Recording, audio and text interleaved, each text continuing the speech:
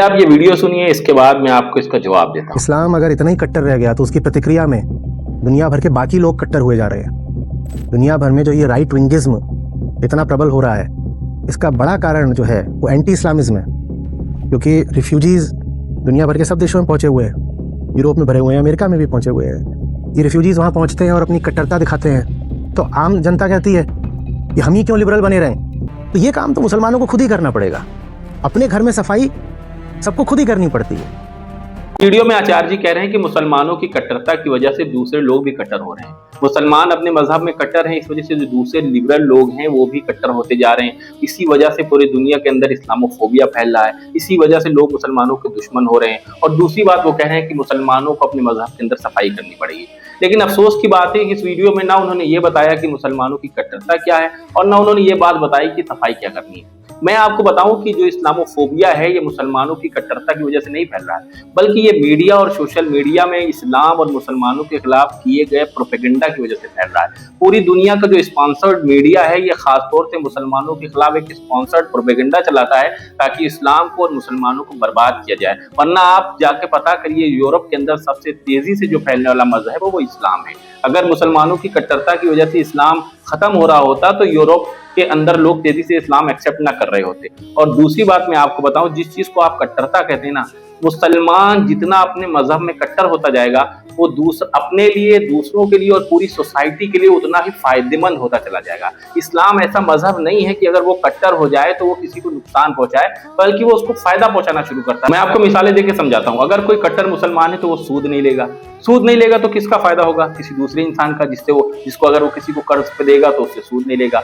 वो शराब नहीं पिएगा। शराब नहीं पिएगा तो किसका फायदा? पहली बात तो उसका अपना फायदा, दूसरी बात पूरी सोसाइटी का फायदा। ना वो शराब पीकर इधर उधर नाली में पड़ा रहेगा, ना वो शराब पीकर गाड़ी चला के किसी का एक्सीडेंट करेगा। तीसरी बात, वो औरतों के ऊपर गलत नजर नहीं डालेगा। रेप का तो सवाल पैदा नहीं होता। वो तो किसी औरत के ऊपर गलत नजर डालते हुए बैठेगा। वो ईमानदारी से अपना कारोबार करेगा, वो माँ बाप की इज्जत करेगा, वो अपने फैमिली का ख्याल करेगा। और न जाने कितनी खूबसूरत चीजें हैं जो अगर कोई मुसलमान कट्टर हो जाए तो वो ये सारी चीजें अपनाना शुरू कर देता।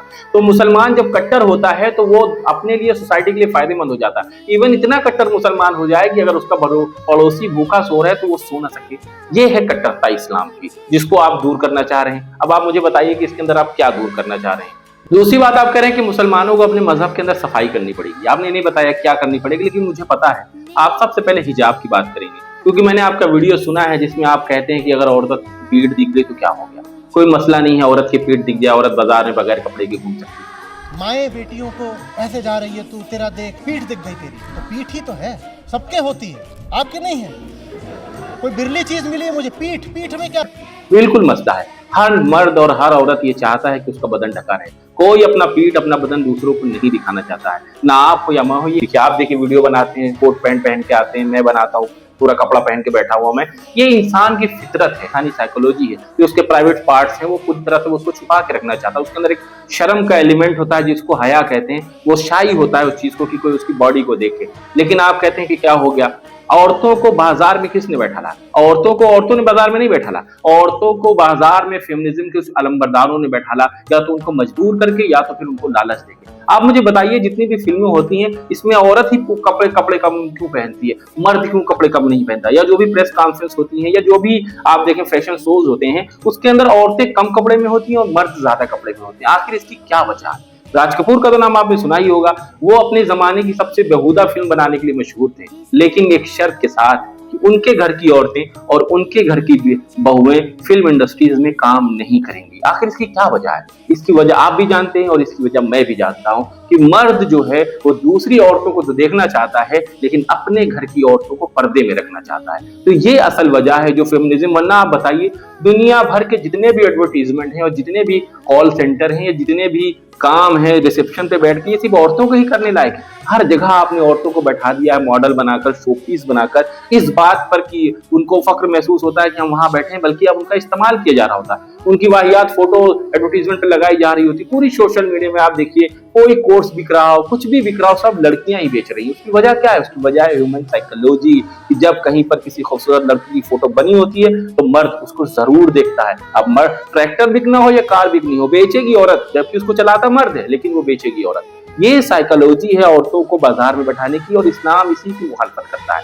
इस्लाम औरतों को प्रोटेक्शन देता है, उनको प्रोटेक्ट करता है कि अपने घरों में इज्जत के साथ रहें। आपने गाड़ी तो मोटरसाइकिल तो चलाई होगी आपने, आप जो मोटरसाइकिल चलाते हैं तो हेलमेट लगा लेते हैं, ब्रेक आप अपनी गाड़ी का चेक कर लेते हैं, ये वजह प्रोटेक्शन के लिए। अल्लाह ताला ने औरतों को जो हिजाब में बताया है वो उसका प्रोटेक्शन है कि जब वो घर से बाहर निकले तो बहुत सारे बुरी नजर के लोग जो बाजारों में घूम रहे होते हैं वो उनसे उनका प्रोटेक्शन, और बुरी नजर नहीं, हर मर्द से प्रोटेक्शन हो, क्योंकि मर्द के अंदर बुरी नजर होती है।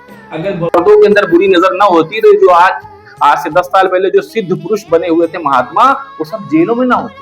ये चर्चों में क्या हुआ आपको भी पता है, मुझे ही पता है। तो ये ह्यूमन नेचर है, ये इंसानी फितरत है। इसके खिलाफ अगर कुछ करेगा कोई तो बवाल होगा, फसाद होगा, सोसाइटी तबाह बर्बाद हो जाएगी। जब देखिए औरतों को महज एक शोपीस बना के छोड़ दिया गया है, उनका अपना कोई वजूद नहीं है। उनको जो ज्यादा से ज्यादा बोल्ड फोटो खिंचवा सके, जो ज्यादा से ज्यादा बोल्ड सीन कर सके, वही हीरोइनें अब आपकी पिक्चरों में नजर आ रही हैं, उसके सिवा कुछ नहीं। जिस कट्टरता की आप बात कर रहे हैं, अगर मुसलमान कट्टर होता चला जाएगा तो इस्लामोफोबिया नहीं फैलेगा, इस्लाम फैलेगा, इस्लाम तेजी से फैलेगा। जब मुसलमान अगर असली दीन के ऊपर जमा हो जाएं तो पूरी दुनिया में इस्लाम फैलेगा। अल्लाह के रसूल सल्लल्लाहु अलैहि वसल्लम के जमाने में जो इस दीन फैला है वो मुसलमानों के कैरेक्टर से फैला है, ना कि आप ये समझिए कि मुसलमान अगर कट्टर हो जाए तो इस्लामोफोबिया फैलेगा। इस्लामोफोबिया तो एक प्रोपेगेंडा है जो आप भी जानते हैं और मैं भी जानता हूं।